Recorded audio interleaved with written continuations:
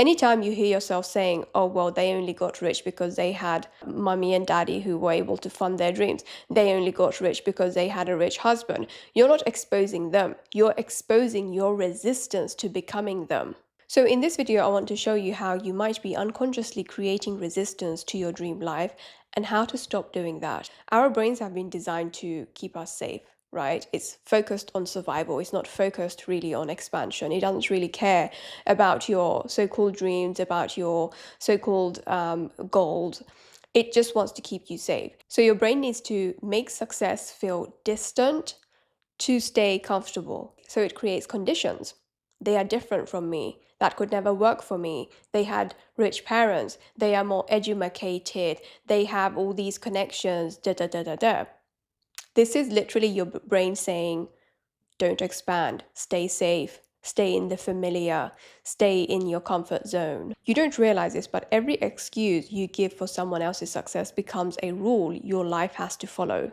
Every time you explain away someone's success, you are lowering your own ceiling, outsourcing control, reinforcing hopelessness, and it's a great way to strengthen the victim mentality, isn't it? Because so long as you outsource control and power, you can stay in your comfort zone. You can just resign. You don't have to step into agency. You don't have to be the author of your life, because in order to do all of that, that requires energy. That requires a new self-concept. That requires doing shadow work. That requires going inward and taking inventory of your beliefs and realizing that you actually hate yourself, that you don't actually believe in yourself, that you actually think you're a piece of shit. You can't actually look at yourself, can you? Because people would rather just keep their head in the sand and keep their blinders on. People would rather be in a familiar hell than an unfamiliar heaven. Because to do the inner work, to actually look at yourself, to actually see what's going on, the ugly beliefs you have, the do-do beliefs you have about yourself, about your capabilities, about your low self-image, your low self-concept, about your low self-worth, that takes a lot of balls. You need to have gumption for that. How many people are actually willing to look inwards? How many people are actually willing to accept the fact that they hate themselves? Not many.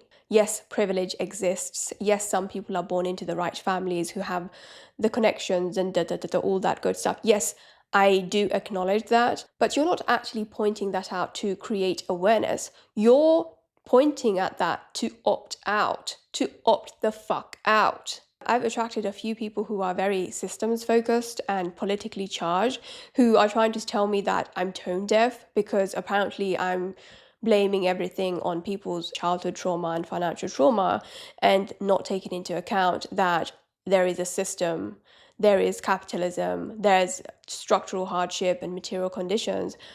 I don't deny any of that. Yes, there are material conditions that make people's life very difficult. Capitalism is not a single experience. You and I are not experiencing different systems. We are all in the same system, and yet some people are having different financial outcomes. When you're constantly looking for reasons why things aren't working out for you, why things can't work out for you, why things just happen for other people and not you, this is a self-concept issue. This is an identity issue. This is low self-worth disguised as logic, learned hopelessness, victim mentality, victimization, victimhood, the victim archetype. If you need success to be unfair, it's because part of you doesn't actually believe you're capable of it. And that's a lie, right? Because we are all very capable beings, but most of us start life with a lie that we're not exceptional enough, we're not good enough, we're not worthy, we're not talented enough. You are deeply capable, but of course, I can't make you believe that. You have to change the way you see yourself. You have to change your concept of self. I have a self-concept sleep affirmation tape on my channel. It's very grounded. It's very tailored to the wounds that we have, that most people have around money, around confidence, around capabilities, around self-worth. So try to sleep to that. And this is what you're going to do to change this behavior. I need you to flip it. Next time you see someone successful, someone accomplished, someone thriving, instead of saying they only got rich because of they only got rich because of it, try asking, what part of that is available to me? If they're attractive, how can I refine my self-presentation?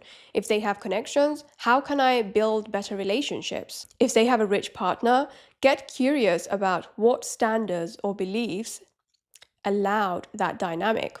Get curious about these people. Get curious about how they hold themselves. What beliefs do they have about themselves? What's their self-image? When you think like this, you're shifting from dismissal to extraction, curiosity.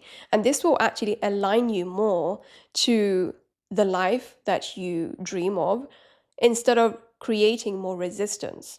Because when you curse these people, when you judge them, when you dismiss them, you are not more vibrationally aligned to that lifestyle. But when you bless these people, when you are curious about them, when you want to learn more, you're getting closer, you're aligning more, you're vibrationally more aligned to that life. You don't become powerful by proving life is unfair. You become powerful by deciding you're no longer available for a life where you have no say. Some people aren't blocked from money, they are protected from it by the identity they refuse to let go of. So, yeah, try to be more curious about people who have more. Don't be dismissive, please. That's all for this video. Thank you so much for watching, and I will see you in a jiffy.